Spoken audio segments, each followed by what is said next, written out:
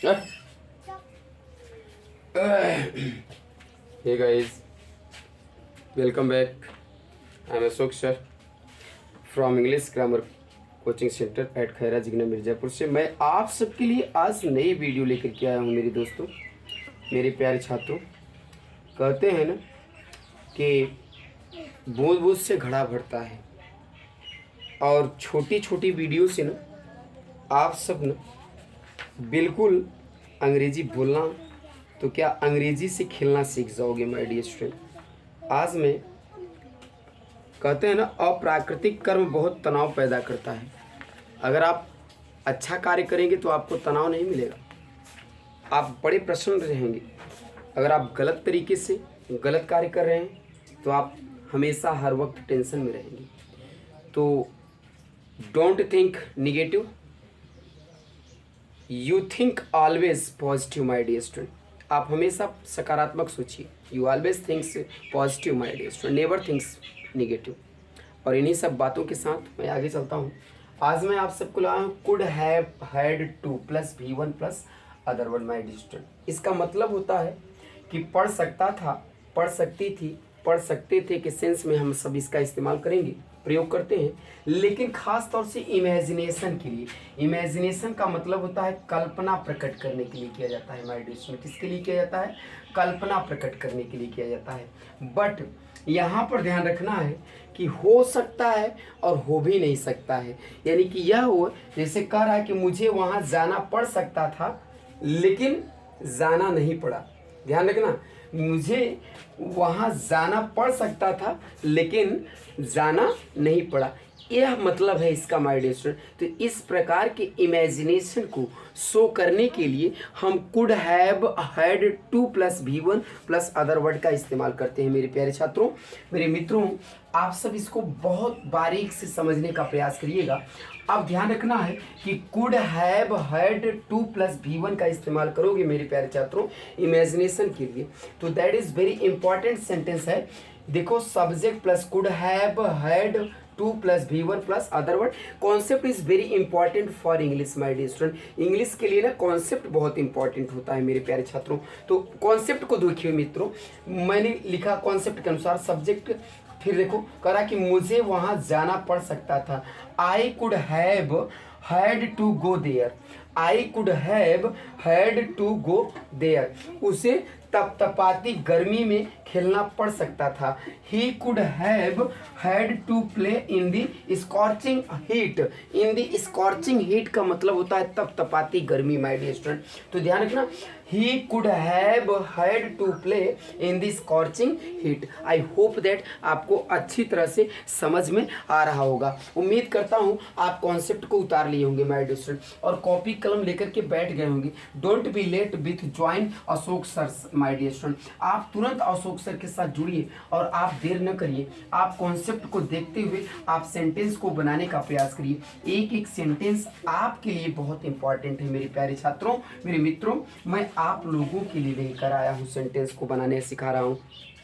अगला है सेंटेंस, मुझे झूठ बोलना पड़ सकता था। याद रखना, हमने क्या लिखा? मुझे झूठ बोलना पड़ सकता था। मुझे झूठ बोलना पड़ सकता था, पढ़ सकता था, राइट। अब यहाँ पर ध्यान रखना है, अब आपको यहाँ पर ध्यान रखना है कि ये सेंटेंस बहुत इंपॉर्टेंट है। थर्ड क्वेश्चन नंबर थर्ड है, तो इसका एग्जाम्पल को कैसे करोगे? I could have had to tell a lie, right my dear student. हमने क्या कहा? मुझे झूठ बोलना पड़ सकता था। I could have had to tell a lie. तो अच्छी तरह से आपको समझ में आ रहा होगा, अच्छी तरह से समझ में आ रहा होगा। अब मैं बात करता हूँ दूसरे एग्जाम्पल की। Example number 4। एग्जाम्पल नंबर 4 कहता है कि यहाँ पर ध्यान रखिए, क्या तुम्हें फ्रेंच सीखना पड़ सकती थी? क्या तुम्हें फ्रेंच सीखनी पड़ सकती थी। क्या तुम्हें, देखो इंट्रोगेटिव आ गया माय डियर स्टूडेंट, क्या तुम्हें फ्रेंच, फ्रेंच एक भाषा है, लैंग्वेज है माय डियर स्टूडेंट, और एक कंट्री भी है। तो क्या तुम्हें फ्रेंच, है ना, क्या तुम्हें फ्रेंच सीखनी पड़ सकती थी? इतना ध्यान रखना माय डियर स्टूडेंट।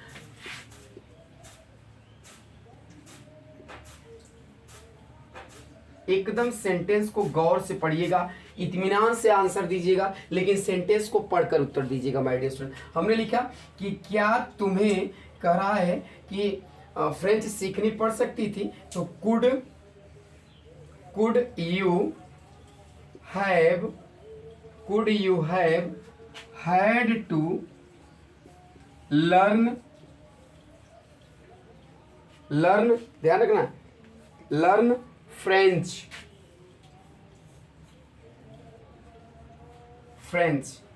हमने क्या बना, could you have had to learn French. I hope that अच्छी तरह से। एग्जाम्पल नंबर 4 देखते हैं माय डियर स्टूडेंट। हमने लिखा यहाँ पर, उसे इस महीने शादी करनी पड़ सकती थी, उसे इस महीने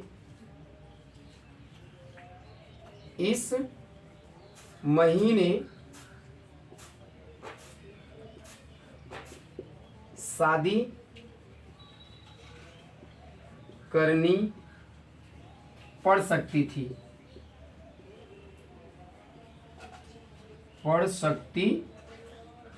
थी। आई होप दैट आपको अच्छी तरह से समझ में आ रहा होगा माय डियर स्टूडेंट। हमने कहा उसे इस महीने शादी करनी पड़ सकती थी, तो यहां पर देखिएगा कि सी कुड हैव, क्या करोगे, सी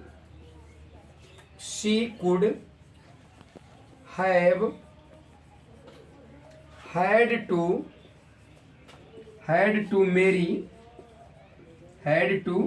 मेरी, है ना, हैड टू मेरी दिस मंथ, इस महीने, this month. I hope that अच्छी तरह से यह एग्जाम्पल आपको समझ में आ रहा होगा माय डियर स्टूडेंट। उसे इस महीने शादी करनी पड़ सकती थी, she could have had to marry this month. तो so this is very important concept my dear student for you. मेरे आप एकदम न बिल्कुल कुछ सोचिए ही मत, आप सिर्फ इंग्लिश सोचिए। इंग्लिश में जो कुछ करना है आप अंग्रेजी में सोचिए। आप अशोक सर के साथ जुड़े हुए हैं तो आपको मैं अंग्रेजी सिखाकर छोड़ूंगा। छोटे छोटे मैं वीडियो आप लोगों तक प्रोवाइड कर रहा हूं ताकि ना आप अंग्रेजी सीख सको, आप बोल सको। मैं एक नहीं हजारों सेंटेंस आप बना सकते हैं अगर आपका कॉन्सेप्ट एंड फैक्ट कन्फर्म है माय डियर स्टूडेंट, क्लियर है, तो आप ना बिल्कुल आप बना सकोगे। तो आप अपने आप को रियलाइज करो, इसी प्रकार के सेंटेंस को बनाने का प्रयास करो, राइट। आपको अच्छी तरह से समझ में आ गया होगा माय डियर स्टूडेंट। तो आज के लिए बस इतना ही, फिर मिलते हैं अगले वीडियो में। तब तक के लिए bye bye, see you again. Thank you for watching my video. Thank you, best of luck.